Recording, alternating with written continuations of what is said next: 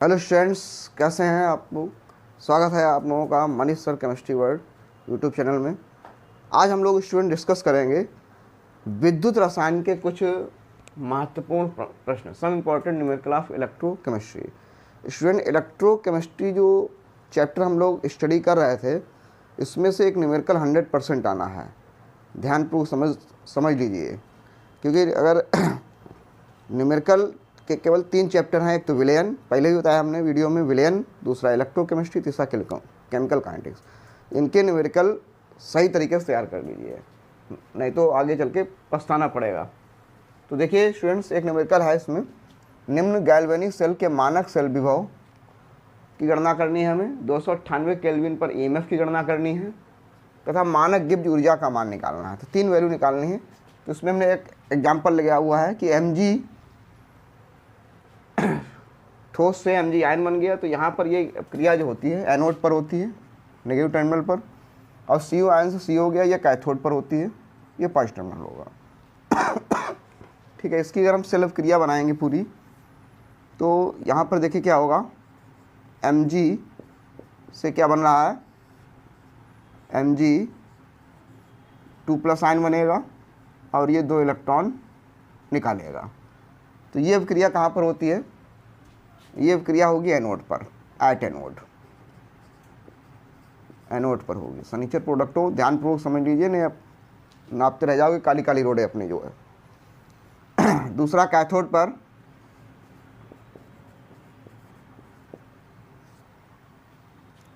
Cathode पर अब क्रिया जो होती है, जब ये इलेक्ट्रॉन निकलेंगे तो ये इलेक्ट्रॉन Cu आयन द्वारा ये इलेक्ट्रॉन ग्रहण कर लिए जाएंगे कैथोड इलेक्ट्रोड पर, और ये Cu जो एक्वस सॉल्यूशन में होगा, इससे बन जाएगा Cu सॉलिड। तो समझ लीजिए सनीचर प्रोडक्ट टू।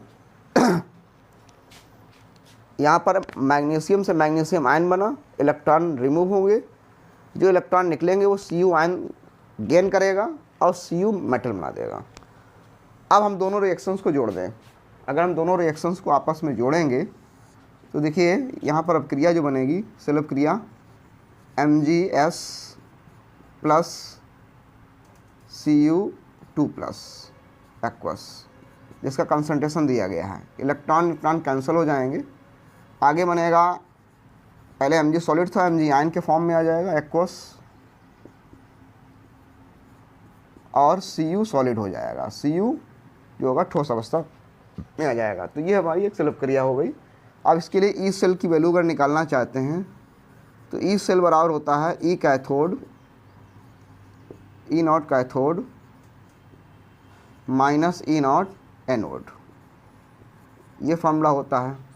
या दूसरा फॉर्मूला इसको लिख सकते हैं, ई ये लेफ़्ट होता है, ये राइट होता है, तो E R minus E L भी लिखा जाता है इसे, राइट टू लेफ़्ट। राइट के इलेक्ट्रोड विभव को लेफ़्ट के इलेक्ट्रोड विभव से घटा देंगे। तो ई राइट या ई कैथोड में क्या है, कॉपर आयन है, कॉपर आयन से क्या बनना है, Cu आयन से Cu बनना है। तो इसका इलेक्ट्रोड विभव दिया गया है प्लस 0.34 माइनस, फिर है एनोड या लेफ़्ट, तो लेफ़्ट में Mg आयन है, तो इसका इलेक्ट्रोड विभव दिया गया माइनस 2.37 वोल्ट। इसको जब कैलकुलेट करेंगे तो देखिए क्या आ जाएगा, प्लस 0.34 और माइनस माइनस हो जाएगा प्लस 2.37। कैलकुलेट करने पर ये वैल्यू आ जाएगी 7 4 11 3 3 1 6 3 3 6 1 7 और 2.71 वोल्ट। तो ये हमारा आ गया मानक सेल विभव। मानक सेल विभव का मान आ गया कितना, 2.71 वोल्ट। तो सनीचर प्रोडक्ट को समझते रहिए ध्यानपूर्वक। ई सेल हो गया। अब हमें क्या निकालना है, 298 केल्विन पर ईएमएफ। तो ईएमएफ की गणना के लिए हमें नट समीकरण पता होना चाहिए। नट समीकरण हमने पीछे वीडियो में पढ़ाई है, अगर वीडियो नहीं देखा है तो पीछे इस वीडियो के डिस्क्रिप्शन में आपको उसका लिंक पड़ा हुआ है, जहाँ से नट इक्वेशन का वीडियो आप लोग देख सकते हैं। केवल नट इक्वेशन के बारे में वहाँ पर स्टडी की गई है। तो नट इक्वेशन का यूज करेंगे जब हम, तो लिखेंगे नट समीकरण से नष्ट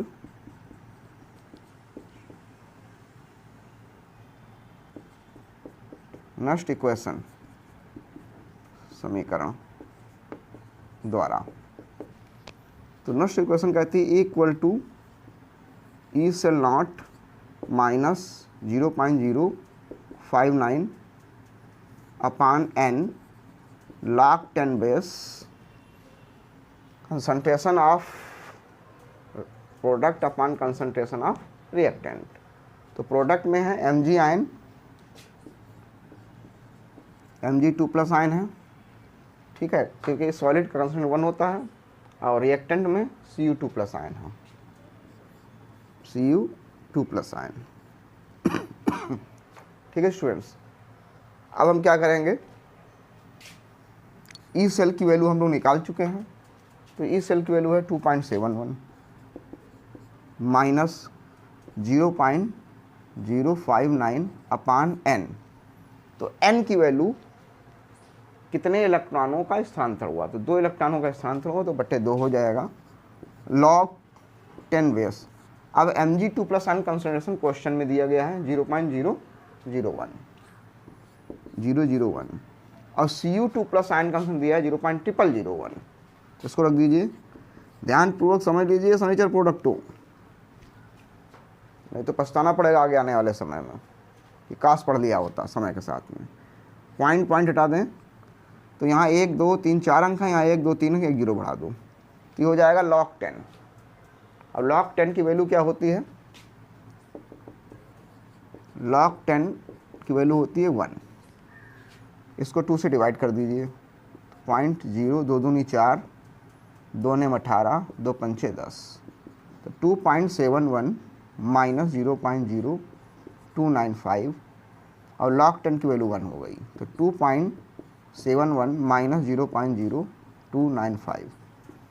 इसको घटा के लिख लेंगे तो आंसर आ जाएगा, घटा सकते हैं यहाँ पर 2.71 0.0295, 0 0 10 में से 5 गए 5, 9 में से 9 गया 0, 10 में से 2 गए 8, 6 2, तो 2.68 वोल्ट इसका आंसर हो जाएगा।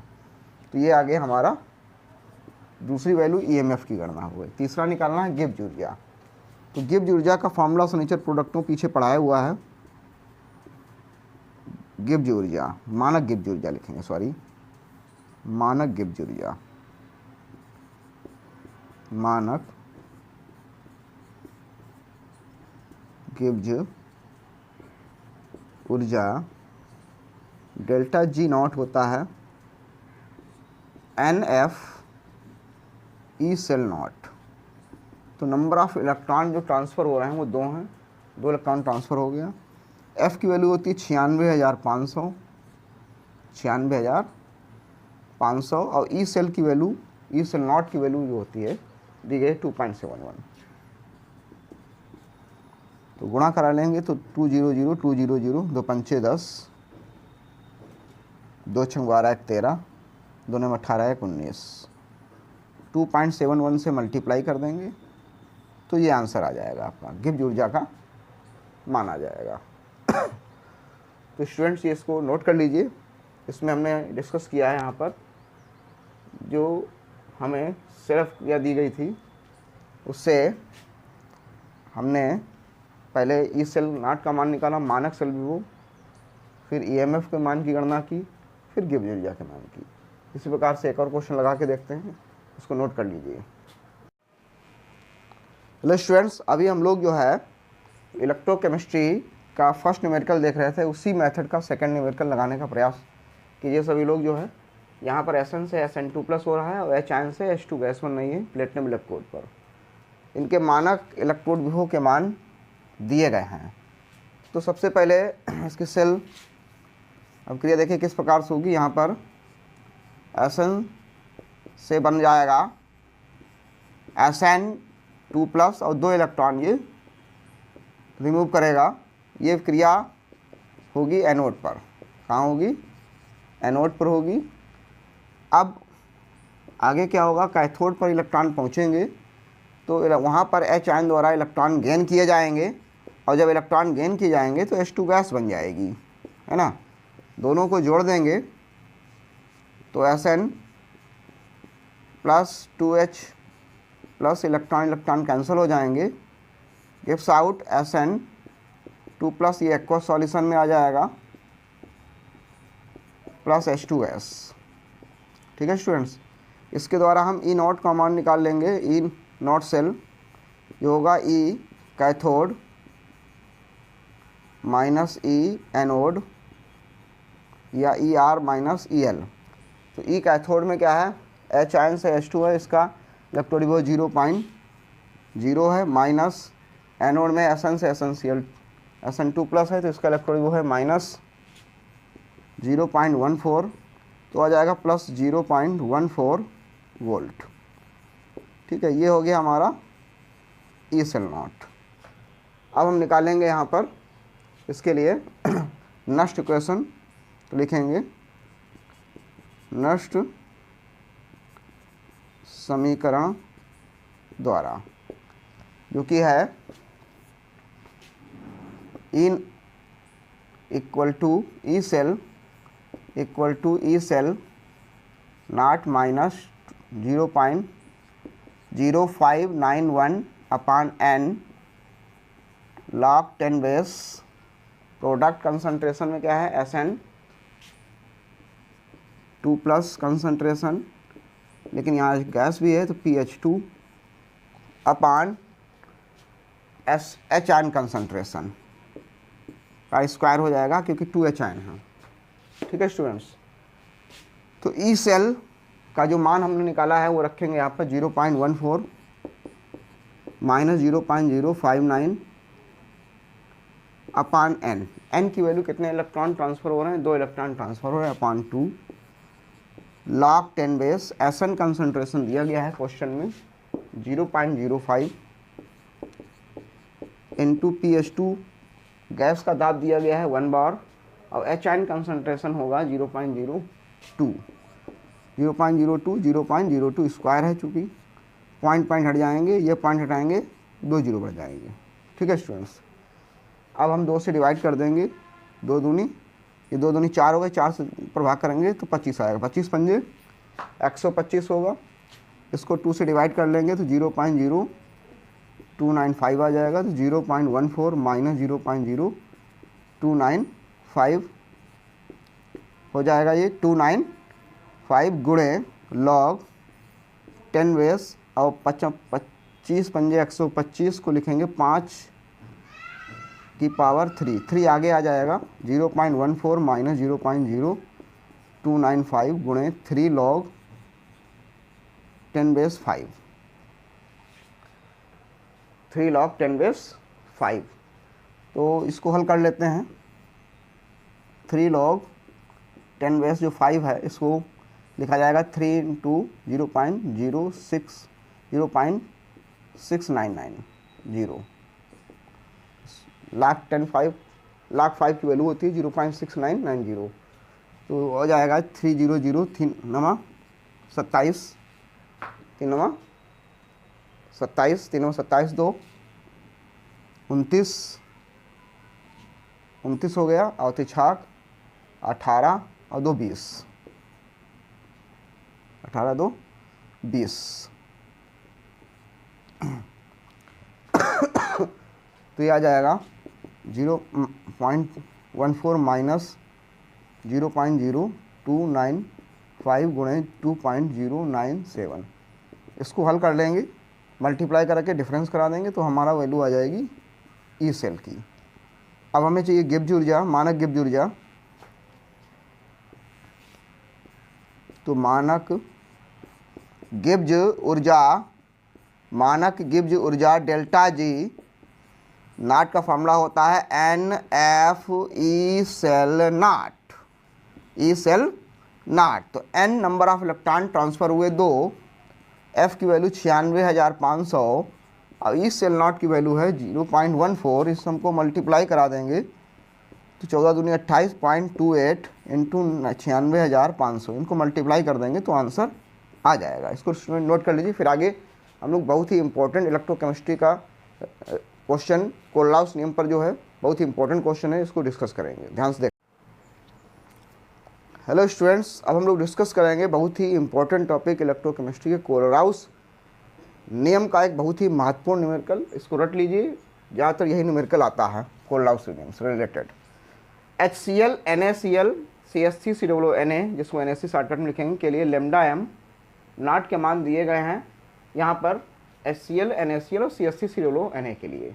हमें एसिटिक अम्ल HAC के लिए लैम्डा m का मान ज्ञात करना है। ये कोलराउस नियम का सबसे महत्वपूर्ण न्यूमेरिकल है और यही इसका अनुप्रयोग भी है कि हम दुर्बल विद्युत अपघट्य के लिए मोलर चालकता, मानक मोलर चालकता का मान हम निकाल सकते हैं। ठीक है, तो देखिए यहाँ पर जो वैल्यू दी गई है लैम्डा m नॉट HCl की वैल्यू दी गई है 426.1। ठीक है, मात्रक यूनिट लिख सकते हैं। लैम्डा m नॉट NaCl की वैल्यू दी गई है हमें यहाँ पर 126.5 और लैम्डा m नॉट NaC के लिए दी गई है, NaC के लिए दी गई है 91 यूनिट। हमें निकालनी है लैम्डा m नॉट की वैल्यू HAC के लिए, मीन्स एसिटिक एसिड के लिए, ये डिटरमाइन करनी है। तो पहले तो एसिटिक एसिड बना कैसे ये देखते हैं। देखिए ये HCl का अणु है, HCl के अणु में H प्लस आयन होंगे, Cl आयन होंगे, HCl हो गया। दूसरा सोडियम एसीटेट का अणु होगा जिसमें एसीटेट आयन होंगे और सोडियम आयन होंगे, ये HCl हो गया, प्लस ये एसिटिक अम्ल हो गया, सोडियम एसीटेट हो गया, है ना स्टूडेंट्स। यहाँ पर इसमें से यदि हम Na प्लस और Cl माइनस आयनों को घटा दें, ये NaCl हो गया। घटाने का मतलब है माइनस Na माइनस Cl, तो Na प्लस आयन कट जाएंगे और Cl माइनस आयन भी कट जाएंगे। ठीक है, तो जब Cl आयन कट जाएंगे और Na आयन कट जाएंगे NaCl के साथ में, तो बचेगा यहाँ पर क्या CH3 COO माइनस और बचेगा H प्लस, और क्या बचेगा H प्लस, मतलब बचेगा CH3 COO माइनस और H प्लस, जिसको हम क्या लिख सकते हैं CH3 COOH। तो यहाँ पर ये समझना है कि एसिटिक अम्ल कब आया कैसे, पहले ये समझना है, उसके बाद न्यूमेरिकल लगाएंगे। तो इसके लिए हमने क्या किया, HCl को ब्रेक कर दिया, H plus Cl minus HCl। Sodium acetate को ब्रेक किया, CH3 COO minus Na plus और माइनस NS प्लस आयन और Cl माइनस आयन को ब्रेक किया, लेकिन यहाँ पर माइनस लगा है इसलिए ये माइनस हो जाएंगे दोनों। ठीक है, तो Na आयन कट जाएंगे, सोडियम एसीटेट के Na आयन कट जाएंगे और HCl के Cl आयन कट जाएंगे। तो एसीटेट आयन, सोडियम एसीटेट का एसीटेट आयन बचेगा और HCl का H आयन, दोनों को जोड़ देंगे, एसिटिक अम्ल बन गया। तो इस प्रकार से यहाँ पर जो एसिटिक अम्ल का निर्माण जो है HCl और सोडियम एसीटेट को जोड़ा गया और NaCl को हटाया गया। अब HCl की जो मोलर चालकता है वो लैम्डा m नॉट है, लैम्डा m नॉट HCl, इसको प्लस सोडियम एसीटेट की मोलर चालकता लैम्डा m नॉट NaC। ठीक है, इन दोनों को जोड़ देंगे और NaCl की मोलर चालकता को क्या करेंगे, हम घटा देंगे। तो जब HCl और सोडियम एसीटेट की मोलर चालकता को जोड़ करके और NaCl की मोलर चालकता को घटाएंगे, तो हमें जो मोलर चालकता आएगी वो किसकी मोलर चालकता आएगी, सोडियम एसीटेट की, एसिटिक अम्ल की मोलर चालकता आ जाएगी, एसिटिक अम्ल की मोलर चालकता आ जाएगी। अब HCl की मोलर चालकता दी गई है 426.1, NaC की दी गई है 91, इसमें से NaCl घटाएंगे 126.5, तो ये आ जाएगा 0.1 और 6 और 1 7 हो जाएंगे और 9 और 2 11 हो जाएंगे, 4 1 5 हो जाएंगे माइनस 126.5। तो 11 में से 5 गए 6 हो जाएंगे, 6 में से 6 गए 0 हो जाएंगे, फिर बचेगा 11, 11 में से 2 गए 9 हो जाएंगे, 4 में से 1 गया 3 हो जाएंगे। तो ये आ जाएगी हमारी किसकी मोलर चालकता, एसिटिक अम्ल की मोलर चालकता HAC की वैल्यू आ गई ohm inverse centimetre square mole -1। इसको स्टूडेंट्स रट लीजिए, सवाल को समझ में आए तो रट लीजिए, बहुत ही इंपॉर्टेंट क्वेश्चन है और लगभग हर साल आने वाला क्वेश्चन है। तो इसको अच्छी तरीके से प्रैक्टिस कर लीजिए, समझ लीजिए, कुछ नहीं है न्यूमेरिकल में, बस हमें ये करना है कि कैसे एसिटिक अम्ल बना। तो एसिटिक अम्ल कैसे बना कि HCl और सोडियम एस्टेट आयनों को जोड़ा गया और NaCl आयनों को घटा दिया गया। तो जब घटाएंगे तो एसिटिक अम्ल प्राप्त हो जाएगा, CH3COOH प्राप्त होगा। तो कैसे प्राप्त हुआ, HCl और सोडियम एस्टेट को जोड़ा गया तो HCl और सोडियम एस्टेट की मोलर चालकताएँ जोड़ दी जाएंगी और NaCl की मोलर चालकता को घटा दिया जाएगा। तो पहले इनको जोड़ देंगे फिर घटा देंगे, आंसर दौड़ते भागते हुए आ जाएगा। तो इसको स्टूडेंट नोट कर लीजिए, फिर अगला क्वेश्चन देखते हैं।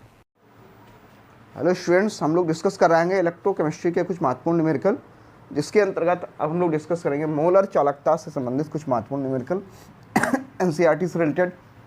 तो यहाँ पर KCl की जो मोलर चालकता दी गई है M बराबर 0.2 M दी गई है ना स्टूडेंट्स, और ये दिया गया है यहाँ पर चालकता कप्पा दी गई है 0.0248 सीमेंस सेंटीमीटर -1। हमें इसकी मोलर कंडक्टिविटी, मोलर चालकता डिटरमाइन करनी है। तो मोलर चालकता का फार्मूला होता है लैम्डा M बराबर कप्पा इंटू 1000 अपान M।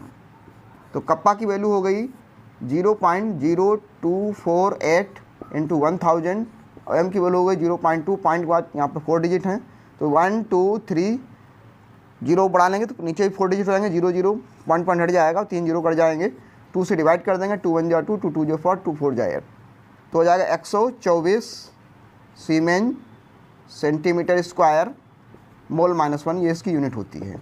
ये हो गया मोलर चालकता।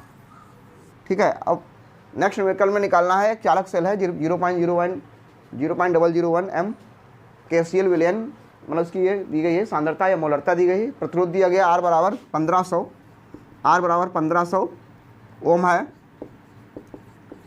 साथ में दिए गए मोलर चालकता कप्पा, खाली चालकता दी है kappa equal to 0.146 10⁻³ centimetre siemens centimetre -1। Determine करना है यहाँ पर हमें सेल स्थिरांक G स्टार की वैल्यू,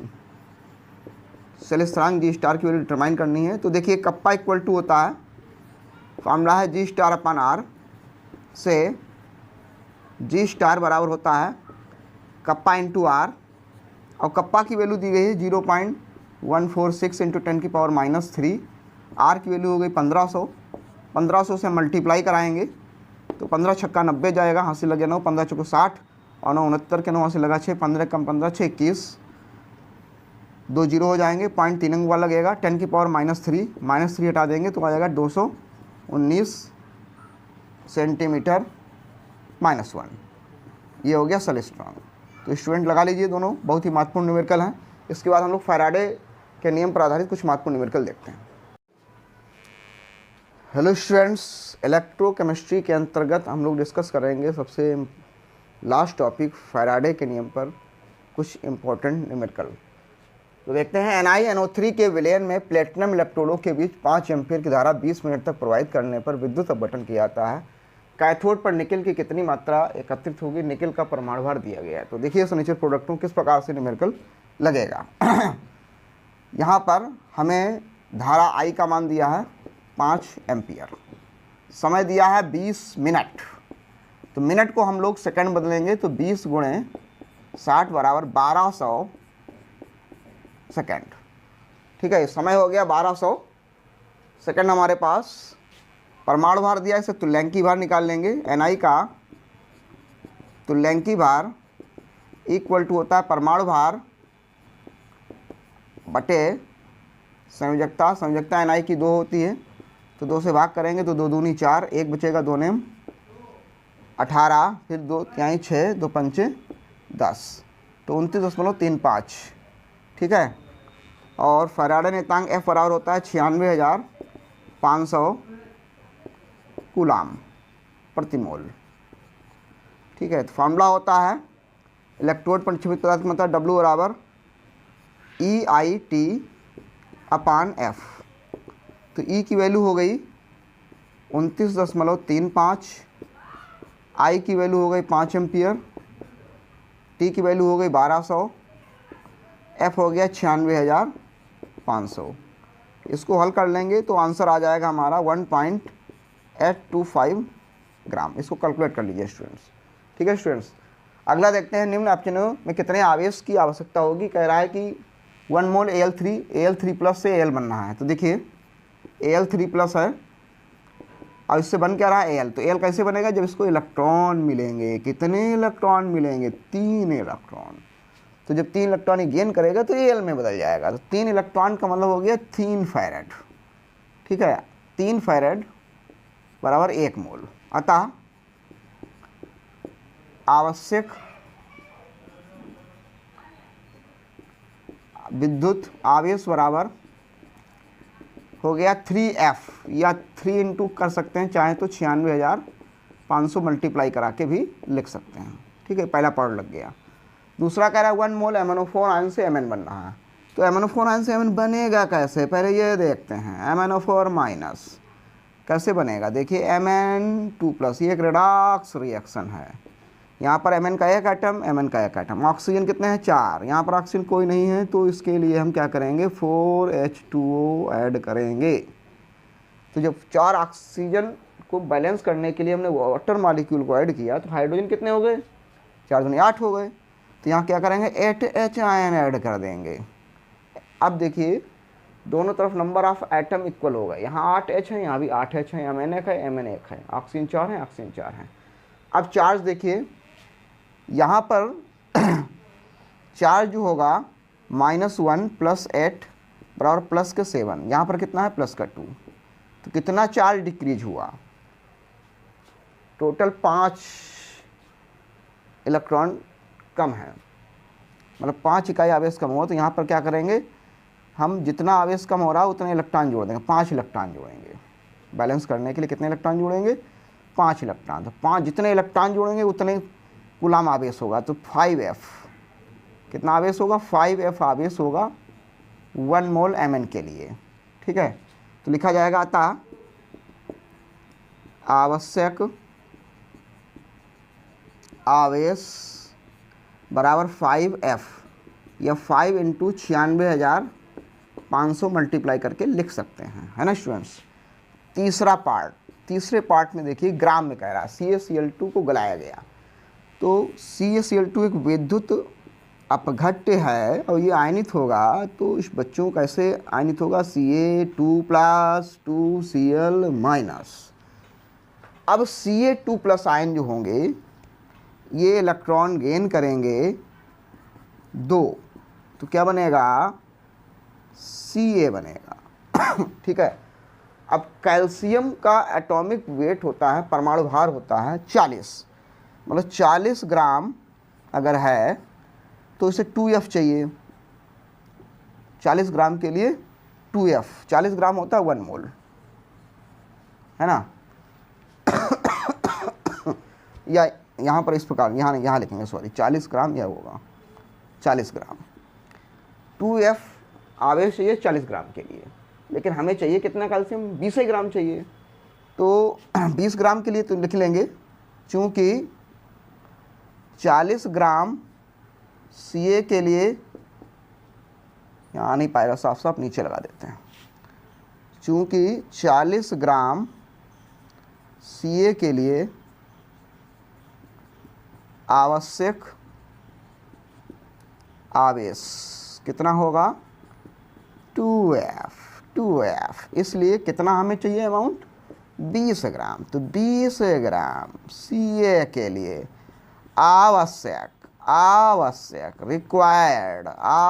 रिक्वायर्ड चार्ज, आवश्यक आवेश बराबर हो जाएगा 2F × 20/40। तो ये 40 कट जाएंगे, ये भी 20 दूनी 40 कट जाएंगे तो आ जाएगा 1F। कितना आएगा 1F। अतः 20 ग्राम Ca के लिए आवश्यक आवेश बराबर 1F। कितना हो जाएगा 1F हो जाएगा। तो स्टूडेंट्स को नोट कर लीजिए, इंपॉर्टेंट क्वेश्चन है एनसीईआरटी के। तो स्टूडेंट्स आज की वीडियो हम लोगों ने विद्युत रसायन के कुछ महत्वपूर्ण न्यूमेरिकल्स के बारे में डिस्कस किया। इनको आप नोट कर सकते हैं और बार बार प्रैक्टिस करते रहिए। इन्हीं में से कोई ना कोई न्यूमेरिकल जरूर आ जाएगा इस लेसन से। अगर वीडियो अच्छा लगा हो तो स्टूडेंट तो ज़्यादा से ज़्यादा अपने स्टूडेंट्स को शेयर करें, साथी स्टूडेंट्स को। Thank you.